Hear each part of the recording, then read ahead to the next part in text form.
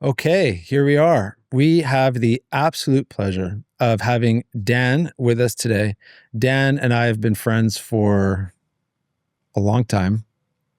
Yeah, 16 years. Has that been that long? I think so. Okay, awesome. 17. Awesome. And I think all of our viewers today are in for a very special treat, given that out of everybody that I know in this industry, of all the guys in Canada, when it comes to fitness, business, you are the guy, and we're going to find out real quick why that is. And so I'm really excited for a lot of our viewers today because we're going to get invaluable insights. So Dan, why don't you tell us a little bit about what you've done and what you're doing today? Sure. So yeah, we met, I think it was 17 years ago. I started Fitness on the Go almost 21 years ago. Yeah. And so that's a mobile service, and it grew to be Canada's, Canada's first, right? Like nobody, was there anyone doing it at the time? Maybe, you know, that's the funny thing. We can get into that. I mean, people always talk about looking at competition. I didn't care. I just did my thing. But I think that we were pioneers. Yeah. But that didn't really matter. Mm-hmm. But yes, it's an in-home personal training service. I grew that across Canada. It took me, a solid 11 years, but we were operating at 35 franchisees, 220 trainers, right, and doing $5 million a year in sales. Cool. Can I? You were a trainer before all of this, right? So just so that, like, especially for the people that are looking to get started and get advice and guidance, you started from where? Where did you start? Yeah, so I started just up the street here at Fitness World. Okay. So I started as a trainer there, and once I understood a little bit about how that environment is as a personal trainer, making $17 an hour when the customer is paying $60, right? It just didn't really make sense to me. And that's when, I started the training business, and went off on my own. And my first idea, the brand, was not Fitness on the Go. Mm-hmm.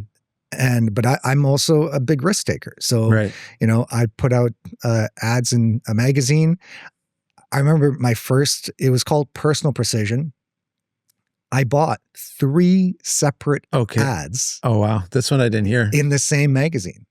So I was, I'm like, well, because I read that, marketing, people have to see something 8 times or 12 times before they notice. Right. So I'm like, well, if they're already reading the magazine, I'm going to get to them at least 3 times then. And it didn't work, so I didn't get anybody. Then I didn't give up on that magazine. Mm-hmm. So I knew that it was the exact magazine, and again, this is 21 years ago.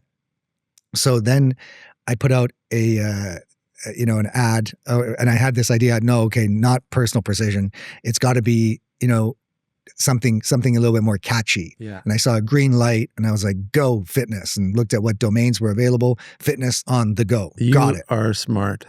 And so then I put out an ad, but I made a deal with the owner of the magazine. Yeah. I said, I need you to write a story. Mm. And so that's when I understood that it's not just advertising. That's where PR really, really works. Yeah. And so I bought the ad, mm-hmm. but then I got a story, mm-hmm.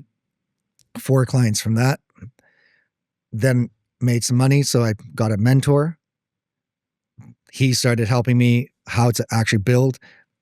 Didn't have to spend more than, $2,000. And I can explain a couple of those strategies, which I think might be useful. Absolutely. I definitely want to get into those strategies. I love this story because I actually haven't heard this part of your story.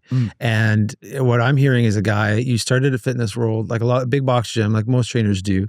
Clearly you had either a knack or a natural ability for sales, marketing. Not everyone does, right? But fortunately for you, you figured that out very quickly early on in your career. You were able to venture out, hang your own sign, literally. You came up with Fitness on the Go. Beautiful story.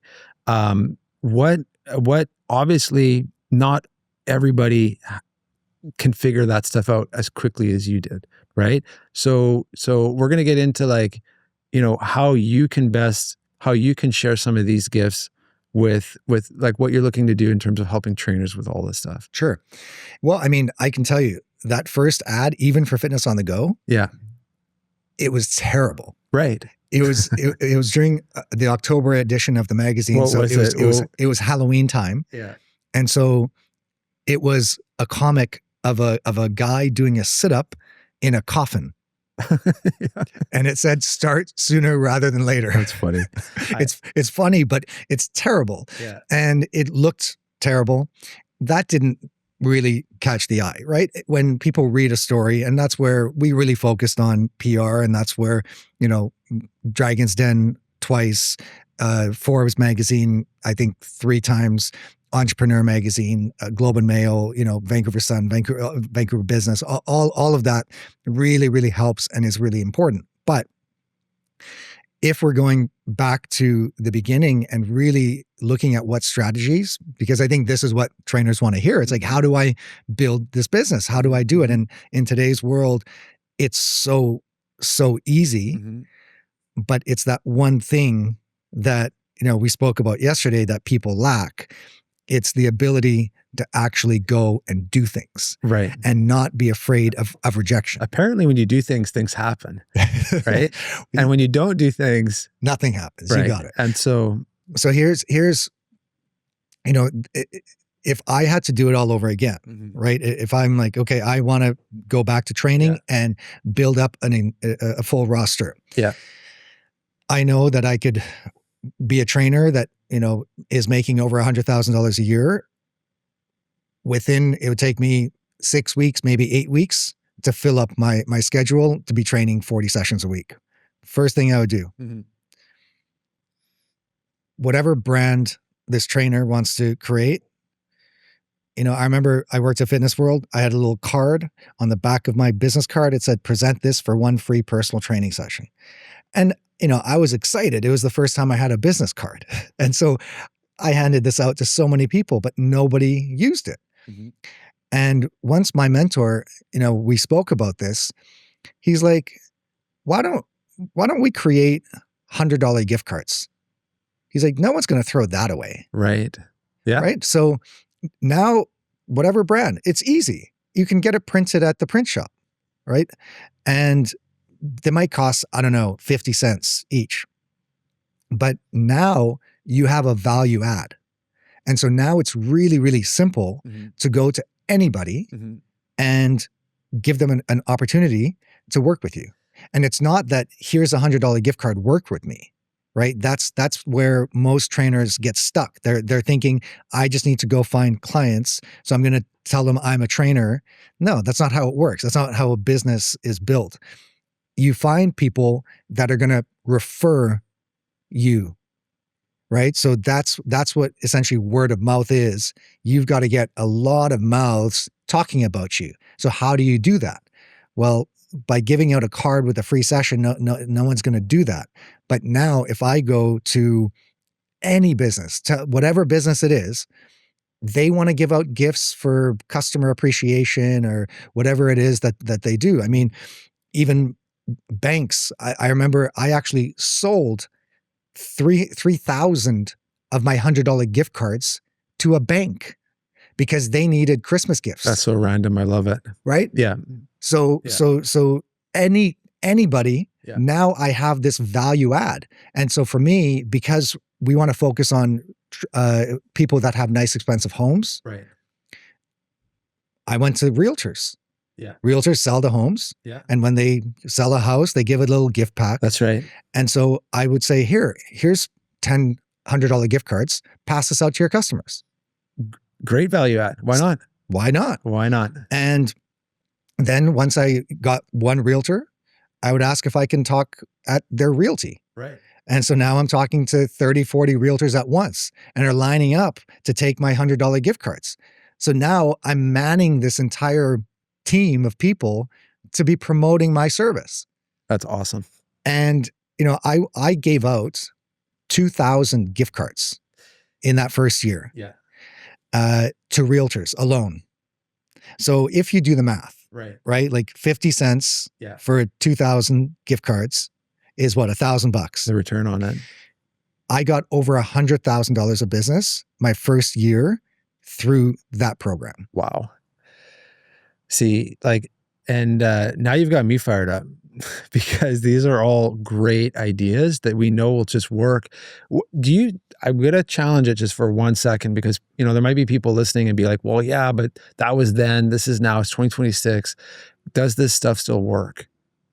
Like if like you said, if you were to do this today, you could get up to the 6-figure 100K mark. Would you do these exact same techniques today in 2026? Yeah. I mean, realtors right now are not selling homes. So I would position it a little differently. Right. I would say you probably haven't spoken to your client in a while. So why don't you reach out and give them a gift? And so that way you're top of mind. Yeah. So but there's also so many other types of, businesses that you can reach out to. And again, it's more about setting up the referral program, right? Getting people to pass on. That's what it is. Because, that's what it is. Going up to someone and saying, hey, I'm Dan, I'm a really good personal trainer. It's not as effective as, a realtor passing this on. Another extremely amazing effort that worked for me, hairstylists. Yeah. And obviously I don't go to one. I'm saving money on that. But hairstylists have such an amazing relationship with their customer. And so when they, sorry, the siren did fuck me up a little bit. So when I would go into a hair salon and I would make friends with all the stylists. Yeah. And again, I would give them $100 gift cards. Yeah. And I'd say, whenever your customer is talking about wanting to get in shape or whatever, because females and their hairstylists, they talk about everything. Mm-hmm. And if a hairstylist tells them, I just went to this restaurant and you've got to try it, they're going next week. And if they say, you know what, I just did a free personal training session with Dan and he's amazing. And so what I would do is not only would I give them those $100 gift cards, but I would say, if you book in your customer for a free session with me to use this $100 gift card, I will give you $100. And so every week I would come with an envelope of cash and give these stylists a bunch of money, but I was getting new clients every week. The envelope of cash. Yeah. This is a tried and true referrals, word of mouth will always be king. There's no other form of marketing that is going to be nearly as impactful than word of mouth. We had gift cards, did not leverage them nearly as much as we could have. Like, having listened to you now, I'm like, we should have been doing that. And I know you and I have some ground to cover, and I love that you have just unpacked a huge tool and resource for trainers, which is the power of referrals, the power of word of mouth, the power of these gift cards. Before we get into like AI and how that's impacting the landscape, do you want to touch on what your mentor shared with you and how valuable that's been for you since he shared that? Well, again, I just think that it's quite funny. I've spoken to thousands of personal trainers. Right. And I can tell you that the absolute majority, like 98% of them, are not where they are, where they want to be financially. And even though you can give them, tell them that you can help them. I don't know how I want to put this, but yeah, I went the wrong. All good. Okay. So look, the majority of personal trainers are not in not where they want to be financially, and they need to. The only reason why you're not there is because you don't have the knowledge of how to get there. Right. Yeah. And so that's the same thing why they took the personal training course, is they didn't have the knowledge. So they spent money, they got the knowledge, and now they're certified. But if you want to start your own business, if you don't have the knowledge, find a mentor. Yeah. It's the shortcut, Right. because I can tell you that there are parts of my business as I was building that I didn't even take my own advice. Right. I was getting cocky because, I figured stuff out with a mentor, and then I'm like, okay, well, I'm going to learn about, how to do this and this and this. And if I would have just hired someone for one phone call, it would have expedited everything. And I wouldn't have spent $30,000 wasting money. I mean, I've wasted so much money, and that's the thing. Business costs money. Mm-hmm. And when you make the wrong move, it's a waste of money. You can tell me how much have you lost? Too much. Well, but you know what I mean? Like you can count how many times you've made, let's say you thought this is a right idea. You're right. Yeah. And then you're like, oh, well, that was a waste. That's why I came to you, right? That's how we connected, was like, I saw your stuff. I saw your marketing. I saw your company. I saw what you were doing. I'm like, this guy's got it figured out. Like, I can learn a thing or two from a guy like that. So most likely I didn't, because the reason you probably came to me was when, in that first year that I profited $100,000, the next 2 months I spent $100,000 on marketing. And that's why the whole town was billboards and bus ads and, urinal ads. And I joke that was money pissed away. And, so yeah, you see that example. I got cocky with having, I was lucky I had a mentor that taught me some great ideas, like the gift card and the realtors and the hairstylists. Yeah. But then I just took that money and I'm like, I'm going to figure this marketing thing out on my own. Who does that? Right? Like I wasted $100,000. It did not, going back to the bare bones. And so that's where maybe if you want to talk about today, what's important today, right now, scrolling, it's all AI junk. Yeah. And selling through Instagram, I think, maybe I'm wrong, but I think it's going to go down. And especially when you're selling a service, when you're selling yourself, right? When you're selling yourself, either you need to invest in doing this, what you're doing right now, what we're doing, where it's actual content, the words are coming out of my mouth, not my AI twin. And do you have an AI twin? Of course, all the angles, shirtless and with shirt. But the marketing through Instagram alone is going to diminish, because there is no barrier to entry. And now the barrier to entry of even starting a business is significantly reduced, right? Like for $50 a month, Shopify and a Claude subscription, and I now have everything I need to have an immaculate business with 24/7 customer service and proper billing, everything, automated. What would have cost, thousands of infrastructure, $50 a month. And I find that interesting, because I know you 10 years ago, that would have been a space that you would have absolutely doubled down on. And what you're telling trainers now is, look, like, I know that space. That's not a space I would double down on necessarily. It's competitive. Like you said, you don't know what's what, but there's still that I think that's what you're trying to say, right? You're like, look, that's not a place that I would compete in. There's, look at how we met. Right. You reached out to me, and even at 24, 25, I was like, okay, I like this guy. Like he, you came to me, and right now, one of the personal trainers I'm coaching, I'm like, what have you done for marketing?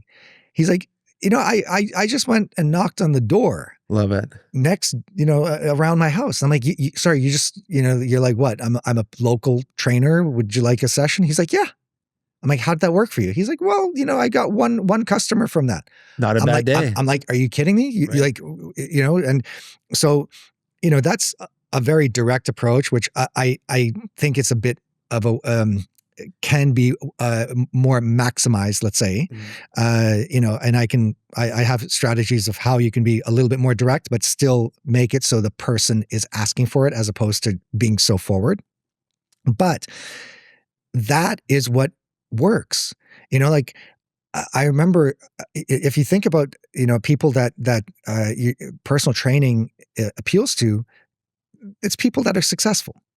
Right? Like if you're spending $500 or $1,000 a month on personal training, you've got money. And most likely they're entrepreneurs. And entrepreneurs love seeing young entrepreneurs. They respect it. They do. Yeah. And so if you can actually go out and introduce yourself wherever you are, it doesn't matter. And so, I remember a couple years ago, I had, a guy come and knock on my door, and he's like, "Hey, I do, lawn, the lawn. Do you need your lawn cut?" And I didn't really need it, but I was like, "How much do you charge?" He's like, $80. Like, okay, great. Here you go. Like, I just wanted to reward him. And the same thing. It's just, that's the whole thing, is that an entrepreneur that's seeking personal training is going to want to work with an entrepreneurial trainer that they can actually connect with. And then you're going to have this person as a mentor, most likely. Love it. It is a very special bond and unique thing, a trainer and a client. There has to be that synergy there, like you're saying. And I love that you're touching on the entrepreneurial spirit, because I feel like that's under so much attack nowadays, right? Like people are afraid to go out, to put themselves out there, take a risk. Right. And they would rather hide behind, they think that by making an AI twin, right, it's going to be easier, but it's really, I don't believe that's going to work. Now we're getting there, right? Where it's like our Instagram isn't us. That's a twin. That's an AI. That's a canvas. It's a reflection. It's not us. And so we do need to really put ourselves out there, as scary as that might be, especially for people during COVID. Or maybe during those developmental years, they just didn't have that exposure. So they don't know what they don't know. The best way to learn that is obviously through a mentor, somebody who's done it, who can walk them through it, maybe hold their hand, the first time they fall down, or that kind of thing. But you're right. This is an in-person thing at the end of the day. It's not going away. We're not going to be, like you said, AI twins anytime soon. So let's develop those skills. Let's double down on what we know works, which is the word of mouth, knocking doors. Right. But I would just underline that word of mouth, because when I ask most people what they think word of mouth is they think that, well, if I have one client, they're going to talk about me. Well, they might, but it depends how they're going to get the introduction. And if you can essentially put words in their mouth. And so even that $100 gift card, giving those to the customers, that helps. But you don't need to have customers to start getting word of mouth. That's the whole point of what I explain with contacting the different businesses, realtors and hairstylists that we spoke about today. But there's countless of other ways of how you can build a business. I think we should, circle back to what you were saying. I can't believe I said circle back. I make fun of people that say circle back. But, looking at what's going to happen, I thought about it. There's, what do you think is going to happen with, AI right now? Let's be honest. Yeah, let's do it. There's already, we see that a lot of people are moving towards having an online trainer from a different country, right? Because in, let's say, India or Vietnam, people are educated, they speak English, and they are happy to make $12 an hour, and can do it, virtually. So money moves the masses. Then there's robots now that are dancing and doing backflips that can easily show exercises and watch a person exercise and correct them. Mm-hmm. That's probably a few years away.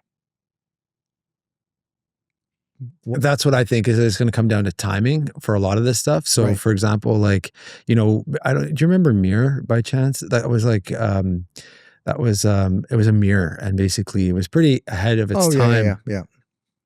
I saw this thing. I was like, this is a threat. Like, this is right in your home. It's in your living room. You can have a live trainer, a pre-recorded trainer right there. I'm like, holy cow. Like, I was like, we're going to feel this. It flopped. I think Lululemon bought it. It didn't last, but then, and then the adoption rate didn't really catch on it failed to launch during COVID. I think if they would have caught the COVID thing, it would have done well, maybe. But I think it is a good example of, technology not launching maybe at the right time. And so I think like people are still figuring out FaceTime. Like, when we do online training with clients and stuff, they're like, okay, so how does it work? I'm like, oh, it's just like a FaceTime call. And they're like, well, how does it work? And so these things, the adoption rate is going to be slow. There are going to be competitors in the space. One of the competitors, like Peloton, you've got the pre-recorded stuff. They've got the human thing with the pre-recorded, and then they've got the camera on the equipment that's doing like form correction stuff. There are going to be guys. I know the guy, Stewart, with Livewire. He's going to have 100% AI. I would not want to be him right now. Like, developing this stuff is going to be tough right now. And it's still going to take time for the full AI thing to happen. And then you're going to have other competitors in the space too. One of which is the road I want to go down, is optimized trainers. So fully live with a trainer, human to human, with an AI assistant, an agent, hooked in through a wireless headset, through, a lot of these video conferencing tools now can record everything. And so it would just offload and optimize the trainer so that they can just be 100% focused on the training, on the client, while also, having that additional administrative support. That is, I think, some of the initial tools that we're going to see. But in terms of like robots taking our jobs and fully AI people doing this stuff, it's here, but it's not at the same time. For sure. I don't think that even, the idea of this, world collapsing, AI might take 20 to 30% of jobs. But that's where I'm saying that I was just thinking more about if there is this AI trainer, why someone would choose an AI trainer over a human. Cost, the first thing that comes to mind. First is cost, but then I would also think that it's because they can tell the robot exactly how to be. And so that's where I was just thinking, because again, what we're talking about is just helping trainers be better trainers. And if you understand that principle, that the customer is the customer. And so why not just bring that approach to the customer? Because that's what is actually a better trainer. So asking them, what would you like to talk about? There's no rule that says you can't ask the question. And that's why it's so important, because realistically, let's say that the cost is the same. There still would be someone that had an experience with a trainer.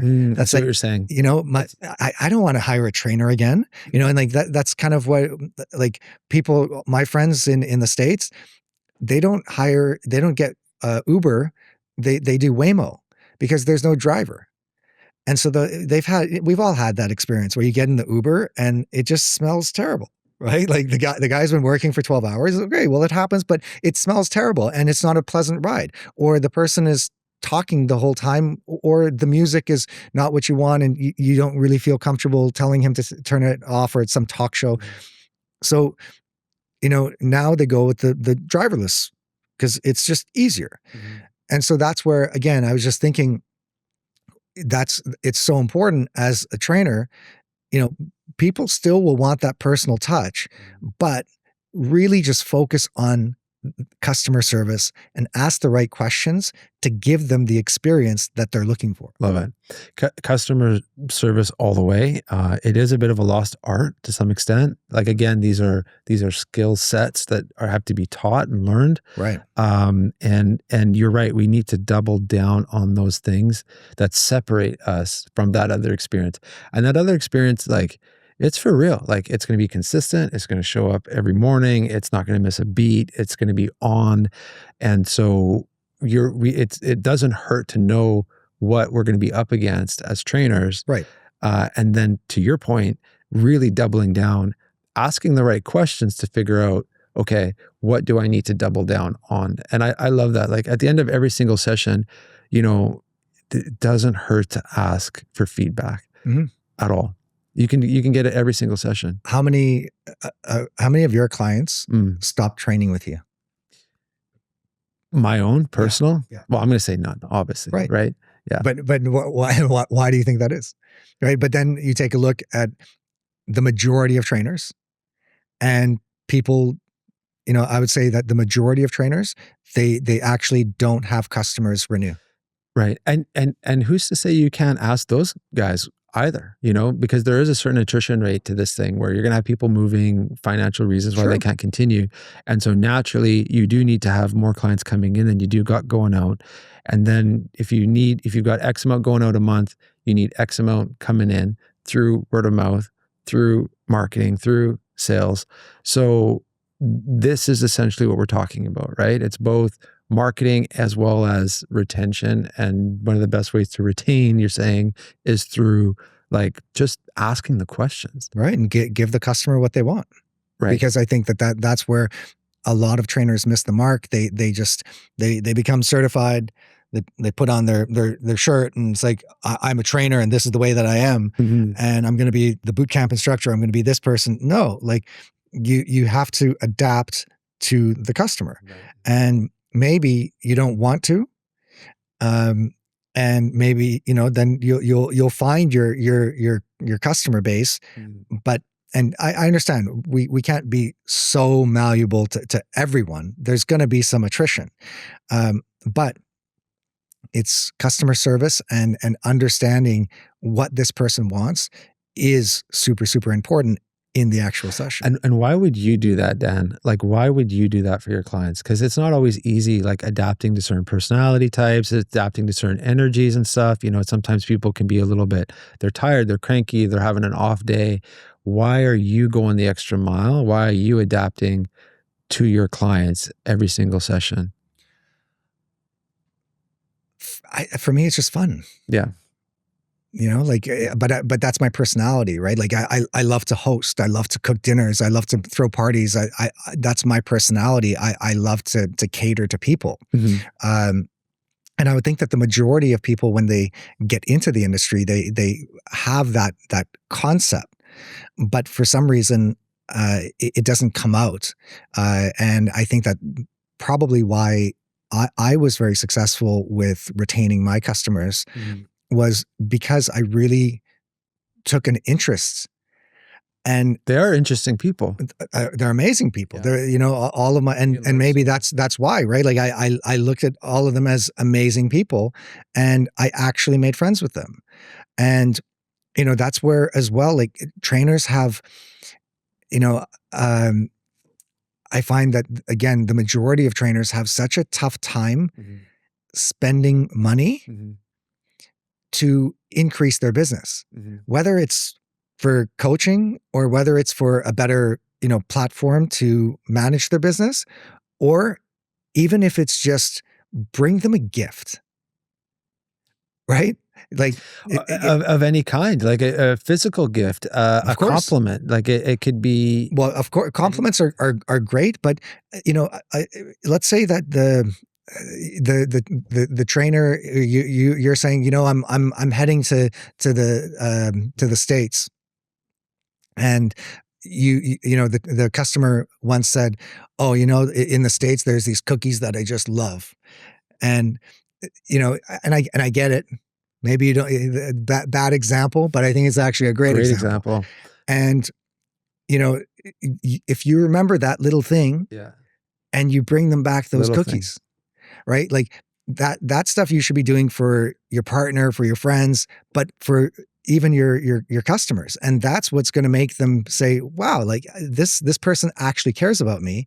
And there's no chance that they'll stop unless they move or lose their job or something. And that's very much a Dan thing. Like like you said, we've known each other now 16 years, and every time we've like, you know, if we've gone out for lunch or dinner or coffee or whatever, you're always, or anytime you drop by the gym, you're always like bringing me little, you're always thinking of these little things that are, you know, they're meaningful, they're significant, they elicit, you know, memory, emotion, connection, all those things that, again, you can't get from an AI automated robot. Right. Right.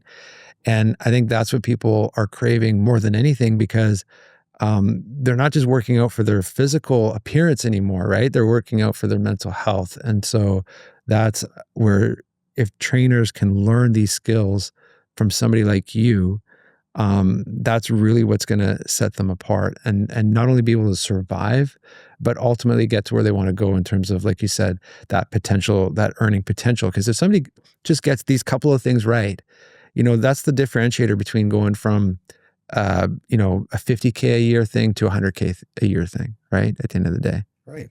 But realistically, it's going from a, you know, a $5,000 a year thing to $100,000 a year. But better to get started early, right? Like, of course, even better. You don't have the bad habits. You're at 5K, you're fresh, you're learning, you're receptive to this stuff. You're willing to try and learn. I mean, awesome. Who do you want to, if there was one, you know, guy or girl or whatever that you want to speak to today, what tips would you have, for them? Let's go with the 5K person right now. Where do you want to tell them? Where do you want to start? Well, you know, in terms of it just, learn what it takes to be successful in business. Don't do it blindly, because that's unless you're willing to, you know, learn the hard way, and it just takes more time. And typically in business, more time and failing means more money. Nobody likes to fail. But I would say that the most important thing in today's world, again, because the barrier of entry to entrepreneurship is so low, everyone's going to be trying it, right? Because it's, you know, you after a while working for someone, it's not lovely. It's, you know, it's not great. And especially as a trainer, when you realize that, hey, you know, these customers actually, they like me, and I don't need to be at this gym, and I can figure it out on my own. Learn how to be an entrepreneur, because if your job is ever going to be taken from you, then you will be good. You know, like I'm obviously, you know, an entrepreneur. I've been an entrepreneur for 21 years, if not 41 years of my life. Right. And it doesn't matter. You know, I have had many ventures. Some failed, some succeeded, but I know how to make them succeed. And every single new thing that I do, I understand what it takes to now move forward and be successful with it. And so that's where I think that in this next generation, or this next kind of era of AI, this, again, the barrier of entry is so low. Everyone's going to try it. And the most important thing is, don't be afraid to talk to people, get out there and actually introduce yourself and fall, you know, like what I, you know, if you understand that previous example, I gave out 2,000 of those $100 gift cards to realtors. How many of them actually came in? Right. But even if, what do you think? I don't, 2%. 1%, Right. right? 20 people, Yeah. but they on average $5,000 in that year, $100,000. But, and print cost was, The print cost was $1,000. wow. Yeah. I mean, that math works. It works. And it took me maybe, a week or 2 weeks of meetings. Right. Right. Yeah. Worth your time. Worth my time. And so the employee mentality is, well, I'm not doing anything unless I'm going to get paid. Okay. Well, then be happy making the money that you are, and don't worry about ever trying to be an entrepreneur. But if you want to shift that mentality to being an entrepreneur, you will have to give up your time with no expectation. And the most important thing is always bring value to others first. Because it's simply put, if any trainer that I ask, I say, okay, look, if you could do you want to make $100,000 this year? Yes. Okay. Now, all we need to do is you need to train 100 people. Out of 100 people, how many of them will sign up with you? Whatever. Right? 25, whatever. Great. And so they're like, okay, and they get excited. Yeah, okay, I can do this. I'll get even 1 out of 5. Great. You got 20. You got 20 times by 5,000. You got 100,000. Well, so now we understand what you need to do.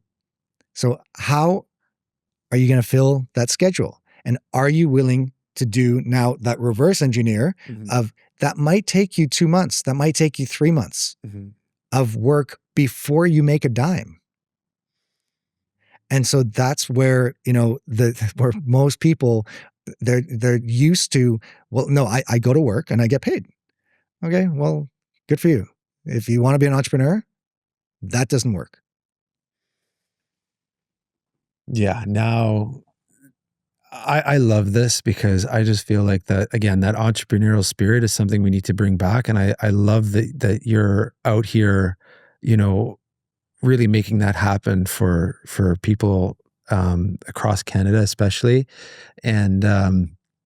And you just shed some awesome light into the entire thing, because we've got so many career shifters happening right now. We've got people right now that are, considering this as a career, maybe leaving something that is secure, has the paycheck, like you're saying, and now they're exploring and, figuring out, well, is this fitness thing for me? How does it all work?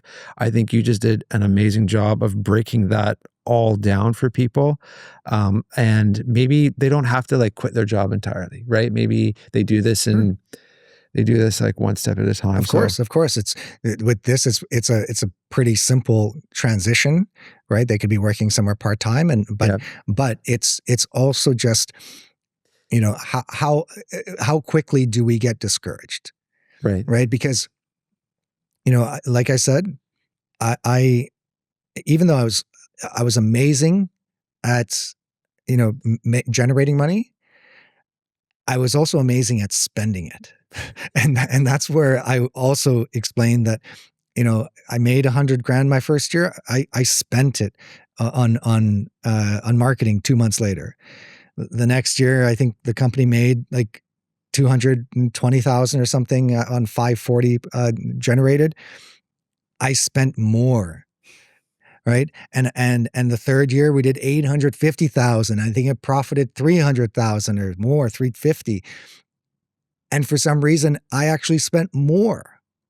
Right. Yeah. So I was actually in debt. Yeah.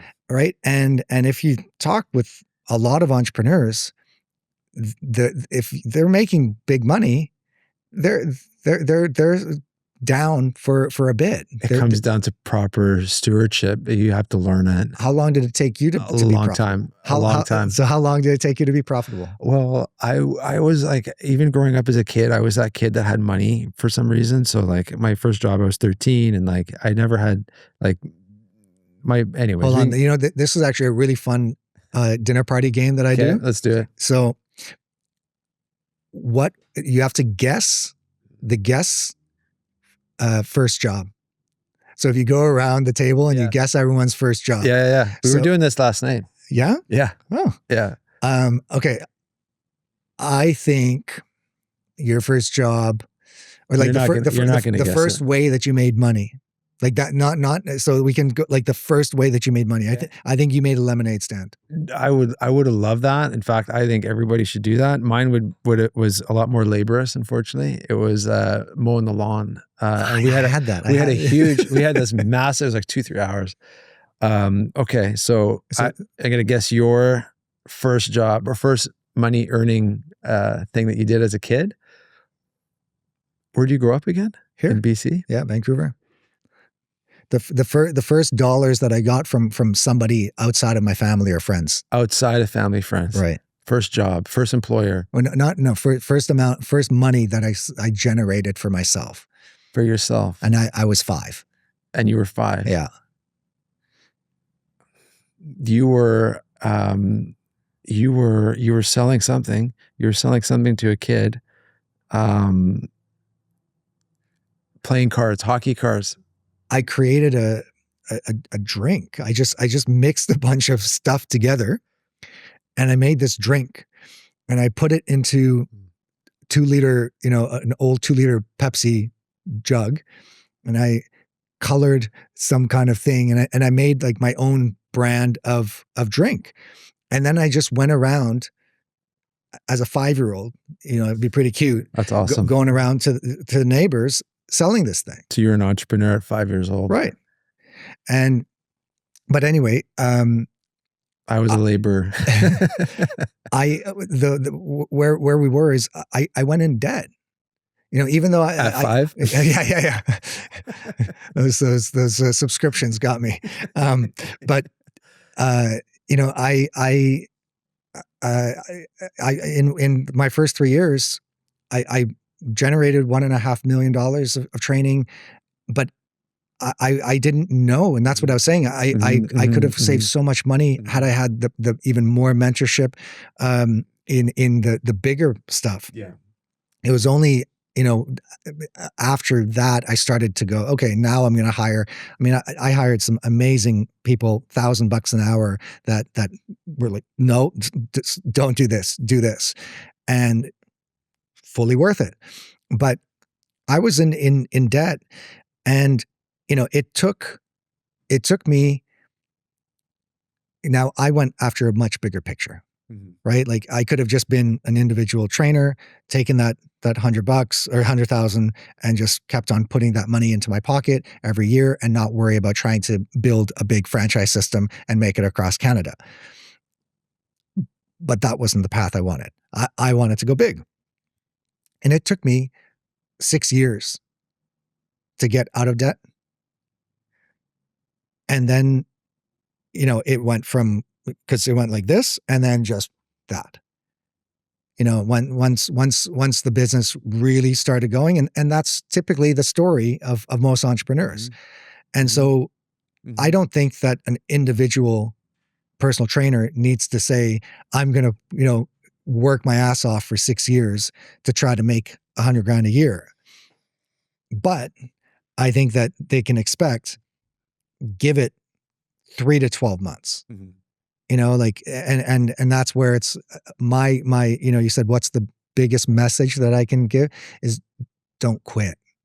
Just because, you're like, oh, okay, I listened to this guy, Dan, he said, I'm going to make these $100 gift cards. I printed them and now they look really good. And I went to this realtor and I said, hey, do you want to give this out to your customers? I think it would be really good for you. And then they said no. Right. And then they just stopped. Yeah.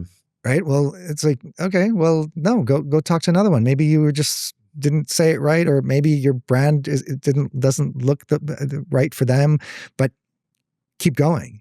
And entrepreneurship is that type of game. It's you adjust and you keep going.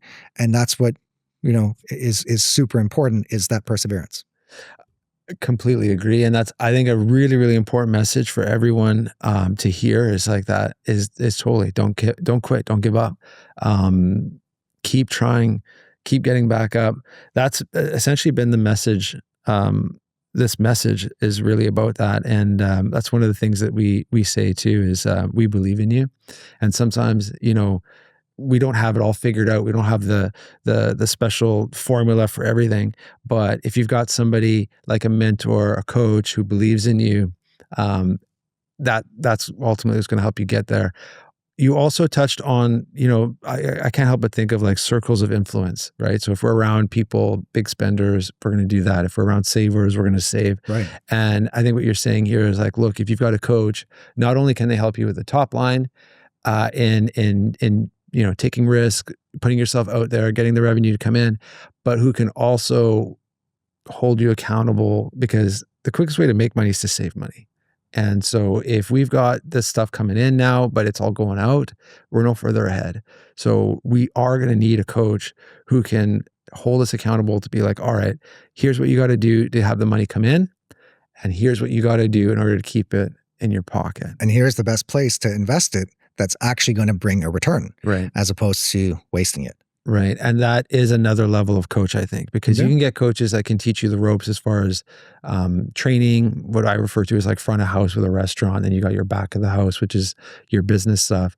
And then, but to your point, now there's also investing. And I think for everyone, for men and women, whether you're providing for yourself or whether you're providing for a family, this is all stuff you're going to need somebody to ultimately teach you. And what is that worth? That's worth a lot, right? Like, and what are the options? Do you want to go buy a book? Do you want to go listen to some guy on Instagram? I asked people this question. I say, who's your mentor? Mm-hmm.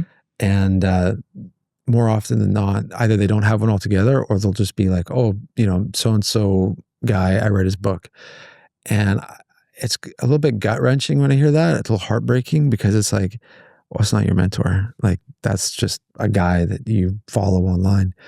A mentor is somebody that, has taken the time to get to know you, has taken the time that you actually know them. There's a relationship there. There's trust there. And that's something that is rare, and it's a unique opportunity. I think the fact that guys like yourself and myself are willing and able to put that time into people is something I think that's really valuable, and people should be taking advantage of. We were just talking briefly about my friend that had a big exit. Yeah. And the best piece of advice I've ever received mm-hmm. is from him. Mm-hmm. And he said, don't ever take advice from someone you don't want to be like. And that's the majority of people mm-hmm. are not entrepreneurs, right? The majority. Yeah. And so when somebody is thinking about, okay, I got certified and now I'm going to start my own business, and you're super excited, and you go and tell your parents, but your dad is an accountant that works for a firm, and your mom is a school teacher. They're not wired as entrepreneurs, and maybe you have that. That's right. And you're like, I'm going to do it. I'm going to spend $700 on the certification, and I want to get this, and then I'm going to, figure this out. People shoot it down. And then people are like, wouldn't it be easier if you just got a job? That's right. It's not because safe. That's what they know. Yeah. And so if you don't want that same path, mm-hmm. then don't ask them for their advice there. Mm-hmm. They can guide you in any other subject. Potentially, maybe they have an amazing relationship. If you want to be like them with relationships, ask them about relationships. But when it comes to career, choose someone that you want to be like. Be your own hero, if that's the case, right? Or even look at schools and teachers like that. The educational system sometimes can fail people too, right? Where these teachers don't maybe know about entrepreneurship, for example. Sure. So what you're saying is like, look, it might be time to carve your own path. Yes, but at the same time, if you do need to get some advice on, hey, well, I'm thinking about doing this, talk to someone that is where you want to be. right? I mean, it's as simple as that. It's also why I think in this industry, you got to be in shape, right? Yeah. For Because sure. it's the same thing. If a person's going to hire someone, it's like, well, I want to hire this guy because I want to look like you. Mm-hmm. It's not that complicated at the end of the day. Right. Yeah. But we often take advice from people that are close to us that we realize that actually it's not where we want to be, you know. And speaking of relationships, I've stopped taking advice from my single friends about relationships. Yeah. Right. Isn't that the dumbest idea? Right. Like, and everyone wants to tell their story because they had a bad experience, and it's like, oh, well, no, she's not good for you, or whatever it is, where you need to be doing this. Well, sorry, I'm going to ask someone that's happily married for 40 years. That's a much wiser decision. And so if you're going to start a business, talk to somebody that's already done it. Simple. Yeah. I mean, and that's also where I think that a lot of people just don't know the resources. What is the name of that? There's a website. It'll come to me, where you can actually find business coaches in any field. So, you know, like, I think it's a genius. It's a great idea. Genius business. It's a great idea. And so you can find, and you just book a call. There's even Mark Cuban on there. You know, if you, for whatever reason, you want to talk to him, $1,000, or I think he charges $10,000 for a phone call. And most likely, if you're doing something in, you know, the space that he was in, it probably is worth it. Right. But, you know, that's where it's so important. Just connect with people that you want to be like. And those people are out there. Like you said, they might not be at home. They might not be, you know, in our current circles, but they are out there. In fact, they're also at the gym, right? There are some at the gym. So I'll ask some people, I'll be like, is there anyone at the gym that you would hire yourself as a trainer? And a lot of the time they're like, no, right? But there are some trainers who we can aspire to be like, or are really good at what they do, their craft, if they've got it dialed, that, you know, trainers shouldn't be afraid to, like, maybe approach and ask for advice and that kind of thing, humble themselves a bit to be like, you know, hey, like, I noticed you're really busy. Can you, you know, show me some stuff? They'd be more than happy to, probably. One of the first things that I did, and sorry, it is bothering me that I can't remember that website. It sounds like a great site. And yeah, it's created by a Canadian guy, Dan Martell. I know the name of the owner, but I don't know the name of the That's of the so site. cool. Like, just that, a platform for that kind of knowledge transfer is awesome. So, but the first 6 months to 12 months, what I did is every single business owner that I would meet, no matter what business they had, they could have had a bakery, which is, you know, there's no correlation to fitness on the go, or to fitness with, you know, working with a baker. But every single business owner that I would meet, I was 20 years old. So I just said, hey, can I take you for lunch? And I would sit down and I would just ask them. So these people weren't my mentors, but ultimately they kind of were. You know, when you accumulate all of those lunches I had, where I probably had at least one a week. So I don't know, whatever it was, 25 to 50 lunches.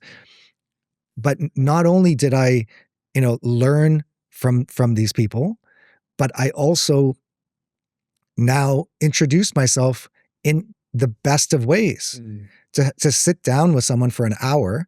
And yes, do you know what? I paid for the lunches. And that's, again, where, you know, exactly where it's so important to, because I'm inviting this person, I'm getting the knowledge from them. And again, such a simple thing, but they're going to respect you, and you now get to learn for an entire hour. And maybe you don't learn anything, but that's very doubtful. Because as we just started the conversation before, you can learn from every single person, even if it's your Uber driver, even if it's driverless.